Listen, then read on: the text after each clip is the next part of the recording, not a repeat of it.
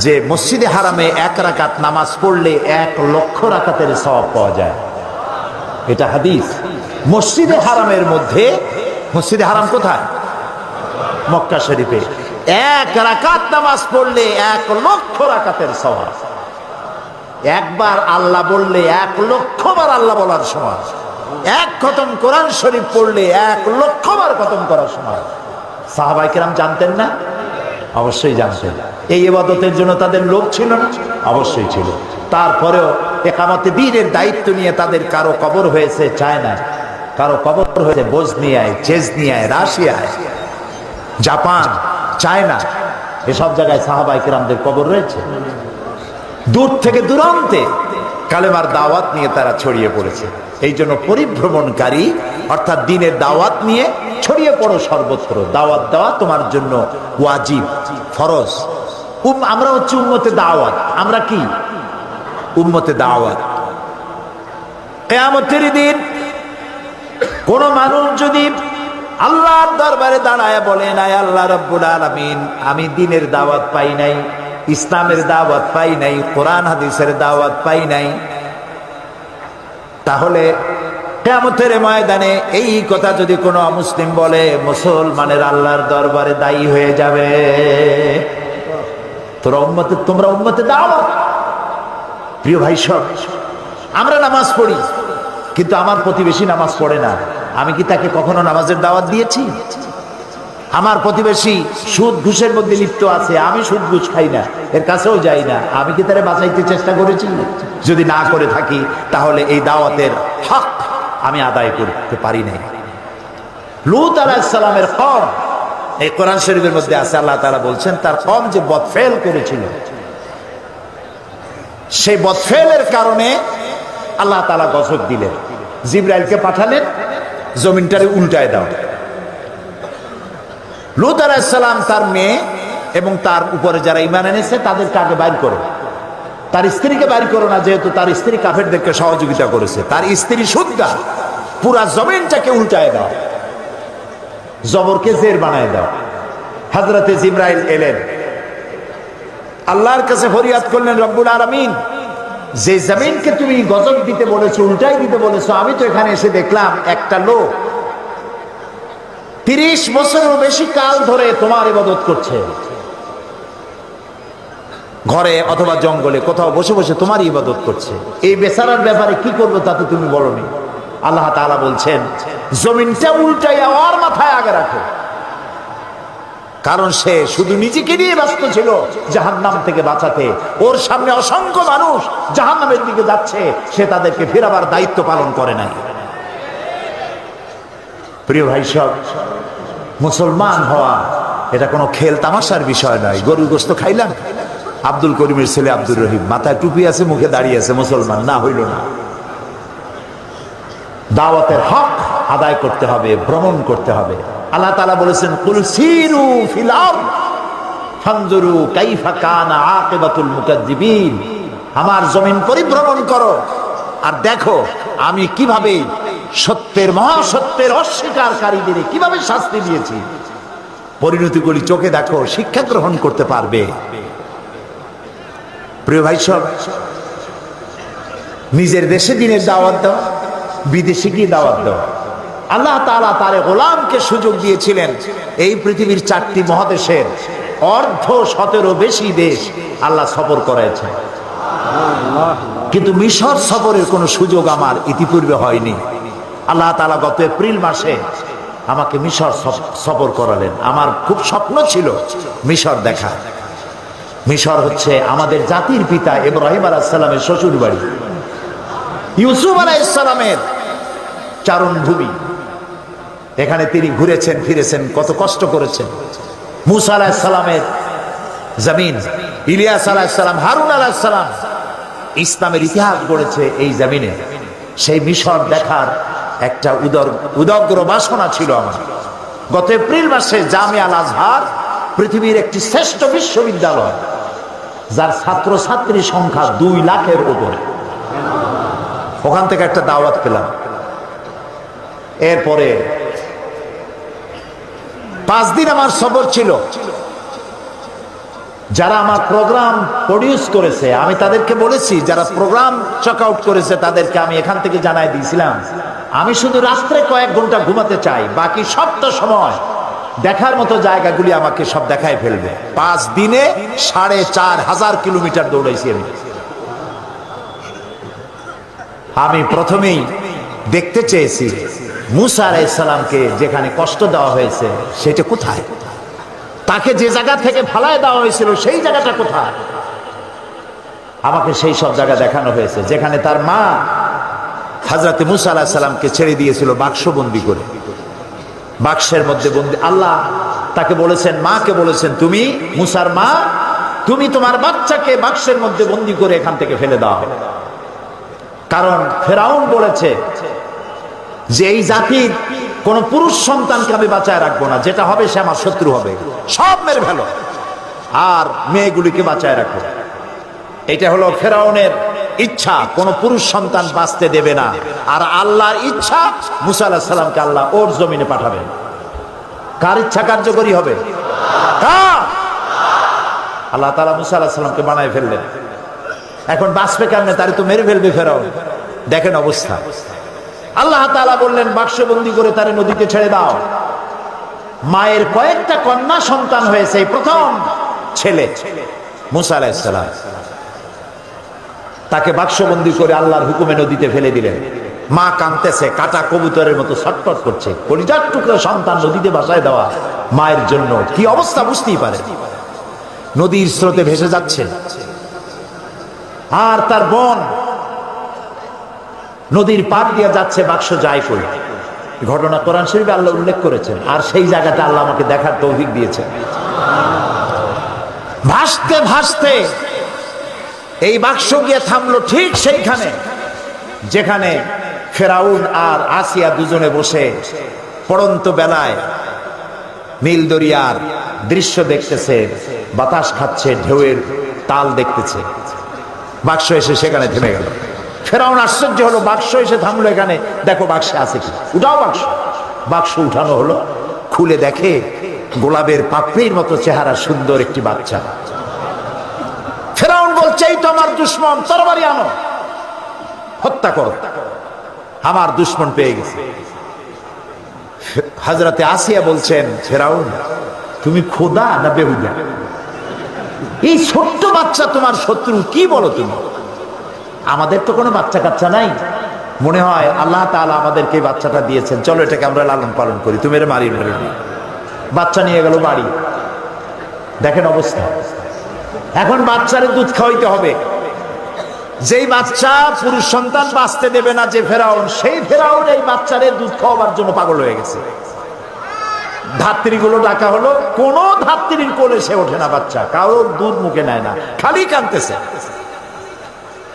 আল্লাহ রাব্বুল আলামিন পরবর্তী সময় হযরত মুসা আলাইহিস সালামকে বলেছেন, মুসা, ফেরাউনের ঘরে তুমি কাঁদতেছো আর তোমার মা তোমাকে না পায়া কাঁদতেছে, আমি রহমানুর রহিম এটাকে সহ্য করতে পারি নাই।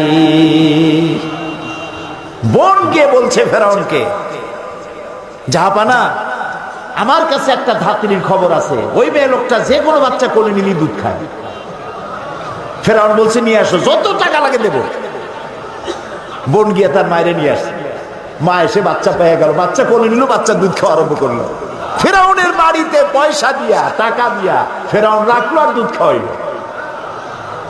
মুসা আলাইহিস সালাম একটু বড় হলেন, একটু বড় হয়েছে, নাদুস নুদুস চেহারা। ফেরাউন কোলে নিয়েছে, পয়গম্বরী চেহারা তো, সলিমুদ্দি কসিমুদ্দি মার্কান। মুসা আলাইহিস সালামের চোখ, তার ঠোঁট, তার ললাট, তার গন্ডদেশ, আল্লাহর পয়গম্বর। আল্লাহ তাআলা মুসা আলাইহিস সালামকে বলেছেন, মুসা তুমি ভয় পাও, আমি তো তোমাকে আমার জন্য বানাইছি। সুবহানাল্লাহ। এই কোরআন শরীফে আল্লাহ বলছেন, আমি তোমাকে আমার জন্য বানাইছি। ফেরাউন কোলে নিয়ে মুসা আলাইহিস সালামের মস্তক উঁচু করে করে ঠোঁটটা নামায় দিল। মুসা আলাইহিস সালামের ঠোঁটে ঠোঁট লাগায় চুমা দিবে। যেই না ঠোঁটের কাছে ঠোঁট নিয়েছে, মুসা আলাইহিস সালাম ঠাস করে এক চড় মেরেছে ফেরাউনের গা। ফেরাউন আছাড় মেরে ছেড়ে দিল বাচ্চাকে, বলল যে সত্যিটাই আমার দুশমন, তরবারি আন কেটে ফেলবো। আসিয়া বলছে, তুমি তো সত্যি একটা বদ্ধ পাগল, কি আর খোদা তুমি, তোমারে খোদা যারা মানে ওগুলোও পাগল। এই বাচ্চা মানুষ সোনাও চেনে, আগুনের টুকরাও চেনে না, তুমি আন্দাজে তারে মারি ফেলবা। ফেরাউন বলছে, আচ্ছা ঠিক আছে, সোনাও চেনে না, সোনার পিণ্ডও চেনে না, আগুনের টুকরাও চেনে না, স্বর্ণ আনো, আগুনের টুকরা আনো। যদি সোনায় হাত দেয়, আগুনে হাত না দেয়, তাহলে বুঝবো বুদ্ধি আছে। আর যদি আগুনে হাত না দেয়, তাহলে বুঝবো যে ঠিকই। আগুনে যদি হাত দেয়, তাহলে বুঝবো যে বাচ্চা মানুষ বোঝে নেই। স্বর্ণের টুকরা আনা হলো, আগুনের টুকরা আনা হলো। মুসা আলাইহিস সালাম আগুনের দিকে হাত না দিয়া সোনার দিকে হাত বাড়াতে যাচ্ছিলেন, আল্লাহ ফেরেশতা দিয়ে তার হাত আগুনের দিকে দিয়ে দিলেন। আল্লাহ তাআলা বলছেন, মুসা রে, এইরকম করে আমি তোমাকে লালন করেছি। মুসা আলাইহিস সালাম বড় হলেন, সেই জায়গা দেখলাম এবং ওখানেও চলে গেলাম। প্রায় 450 কিলোমিটার পাড়ি দিয়ে সেই জায়গায় গিয়ে উপস্থিত হলাম, যেখানে মুসা আলাইহিস সালাম মাদায়েন থেকে ফিরেছেন।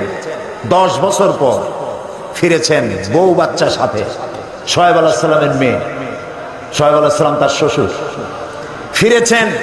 ফেরার পথে ঠান্ডায় পড়েছেন, প্রচন্ড ঠান্ডা। এই ঠান্ডার ভেতরে তিনি তার স্ত্রী ছেলে মেয়েকে বসায় রেখেছেন এবং সেখানে আল্লাহ তাআলা বলছেন, হযরত মুসা আলাইহিস সালাম তার পরিবর্গকে বললেন যে অন্ধকারে পড়ে গেলাম, এখন যাব কোথায়? দূরে আগুন দেখা যায় একটা গাছে। ইজরা নারান ফাকালা লিআহলিহিম কুতু ইন্নী আনাস্তু নারান লাআল্লী আতীকুম মিনহা বিকাবাসিন আও আজিদু আলান নারি হুদা।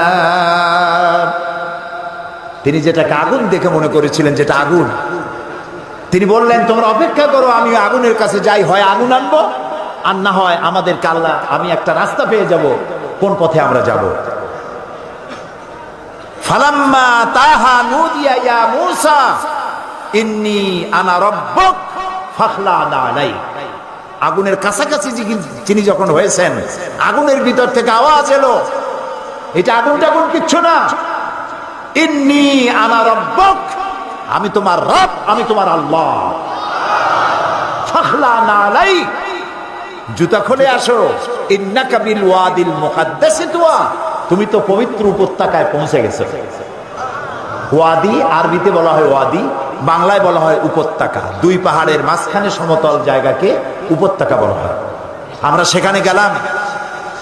উপত্যকায় ওয়াদি মুকাদ্দাসে যাওয়ার আগে আমার এই আয়াত মনে পড়েছে। আল্লাহ তাআলা বলছেন, ফাখলা'না আলাইক ইন্নাকা বিল ওয়াদিল মুকাদ্দাসি তুয়া। মুসা আলাইহিস সালামকে আল্লাহ বলছেন, জুতা খোলো। আমি ভর চটে জুতা আগেই খুলে ফেলেছি। ওয়াদি মুকাদ্দাসে আমরা গেলাম, সেখানে আজান দিয়ে জোহরের নামাজ পড়লাম। আর ওই গাছের কাছে গেলাম, সে গাছটা এখন নাই, কিন্তু যেখানে আল্লাহ তাআলা মুসা আলাইহিস সালামের সঙ্গে কথা বলেছিলেন সেই জায়গায় পৌঁছে গেলাম। আমার জীবন ধন্য হলো, সেই জায়গাটি দেখতে পেলাম যেখানে আল্লাহ কথা বলেছেন মুসা আলাইহিস সালামের সাথে। মুসা আলাইহিস সালাম আল্লাহর সঙ্গে কথা বলতে গিয়ে তিনি আল্লাহর আওয়াজ শুনে বলছেন, আয় আল্লাহ, আমি তো তোমার দেখতে চাই, আমি তো তোমার দেখতে পাচ্ছি না। রব্বি আরিনি, আয় আল্লাহ, আমি তোমার দেখতে চাই। আল্লাহ তাআলা বললেন, লান তারানি, কখনো তুমি আমাকে দেখতে পারবে না। মুসা আলাইহিস সালাম আবদার করলেন, আল্লাহ, আমি তোমারে দেখতে চাই। আল্লাহ তাআলা বললেন, আচ্ছা, একটা টেস্ট হোক, দেখতে পারবা কিনা। আল্লাহ তাআলা পাহাড়ের উপরে তার তাজাল্লি, 70,000 পর্দার আড়াল থেকে আল্লাহ তাআলা তার তাজাল্লি নূর বর্ষণ করলেন পাহাড়ের উপরে। মুসা আলাইহিস সালাম শুধু, এই কোরআন শরীফে আল্লাহ বলছেন, মুসা আলাইহিস সালাম শুধু এক পলক দেখে আল্লাহু আকবার বলে চিৎকার মেরে বেহুশ হয়ে পড়ে গেলেন। পাশেই তুর পাহাড়, তুরের উপরে আল্লাহ তাআলা একটা সূরাও নাজিল করেছেন, ওয়াতিন ওয়াজ-জাইতুন ওয়া তুর সিনিন।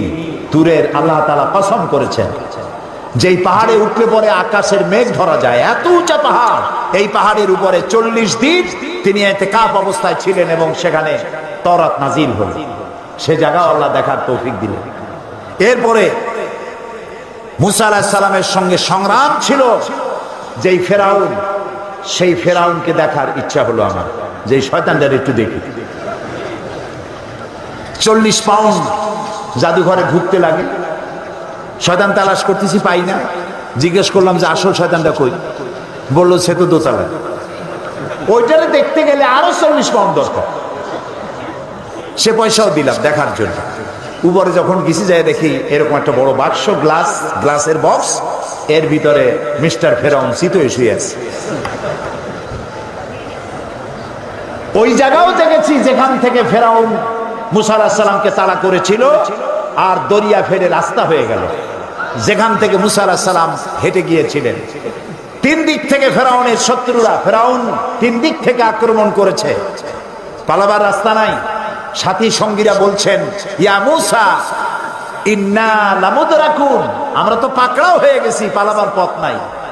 হযরতে মুসা আলাইহিস সালাম বলেন, কাল্লা রব্বি সায়াহদিন, কখনো নয়, চিন্তা করো না, আল্লাহ রাব্বুল আলামিন আমাদের জন্য পথ বের করে দেবেন।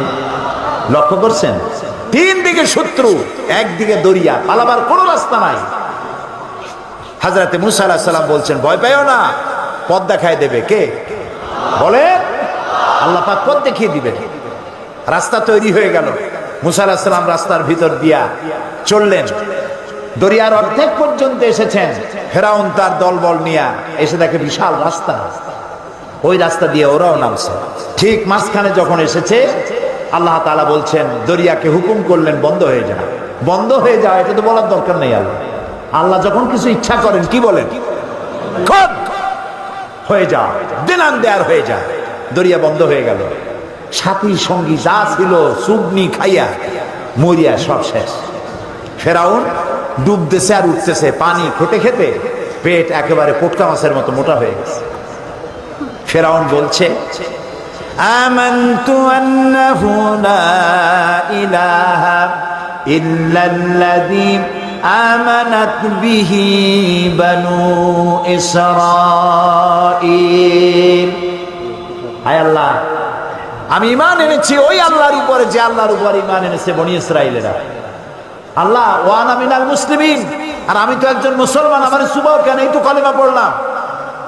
আল্লাহ তাআলা বলছেন, আন আন ওয়াকাদ আসাইতা ক্বাবলু ওয়া কুনতা মিনাল মুফসিদিন।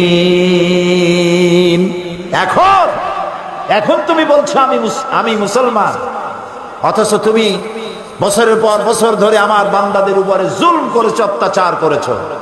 ওয়া কুনতা মিনাল মুফসিদিন। লক্ষ্য করুন, ফেরাউন বলছে আনা মিনাল মুসলিমিন, আমি তো একজন মুসলমান, মুসলমানদের মধ্যে আমি একজন। আল্লাহ বলছেন ওয়া কুনতা মিনাল মুফসিদিন, তুই তো সন্ত্রাসী। আল্লাহ তাআলা বলেন, আমি তোমাকে আজকে শুধু মারবই না, আলিয়াউমা নুনাজ্জিকা বিবাদানিক, আমি তোমাকে শুধু মারবই না, আমি তোমার শরীরকে হেফাজত করব। পানিতে তোর শরীর পচবে না, পানির প্রাণীগুলি তোরে খাবে না, মাটিতে পচবে না, আমি তোমার দেহকে শুটকি বানায় রাখবো। কিয়ামত পর্যন্ত যত স্বৈরাচার পৃথিবীতে আসে তারা যেন তোমার থেকে উপদেশ নিতে পারে। ফেরাউনের লাশের কাছে দাঁড়িয়ে কোরআনের আয়াত আমার মনে পড়লো। দেখতে পেলাম ফেরাউনের একটা দাঁত দেখা যায়, চোখের সাদা অংশ দেখা যায়, মাথায় কিছু চুলও আছে, এখন হাতের 2-1টা নখও আছে, হাত পা বাইর করা, বাকি বডিটা কাপড় দিয়ে জড়ানো। কোরআন তার কথা যে কত সত্য চিরন্তন, এসব জিনিসগুলি দেখলে স্পষ্ট হয়ে যায়। আল্লাহর মেহেরবানি, আমার মিশর সফরের সময় আল্লামা বদরুদ্দিন আইনি রহমতুল্লাহ আলাইহের মাজার জিয়ারত করার সুযোগ হলো। ইমাম শাফি রহমতুল্লাহ আলাইহির মাজার, ইমাম ওয়াকিল, হযরত হারুন আলাইহিস সালাম, ইলিয়াস আলাইহিস সালাম, হযরত লোকমান, হযরত আবু দারদা রাদিয়াল্লাহু তাআলা আনহু, তাদের কবর জিয়ারতের সুযোগ হলো। এবং সেই মসজিদেও নামাজ পড়লাম, যেই মসজিদ হযরত আমর ইবনুল আস রাদিয়াল্লাহু তাআলা আনহু মিশর বিজয় করে মসজিদ তৈরি করেছিলেন। খতমে কোরআনের রাতে রমজান মাসে এখানে 5 লাখের উপরে মুসলমান নামাজে শরীক হয়। এত বড় বিশাল মসজিদ। প্রিয় ভাই সব, এই কথাগুলি আনলাম আমি এই কারণে, আল্লাহ তাআলা বলছেন as-সাইহুন, পরিভ্রমণকারী, তওবাকারী, ইবাদতকারী, প্রশংসাকারী এবং পরিভ্রমণ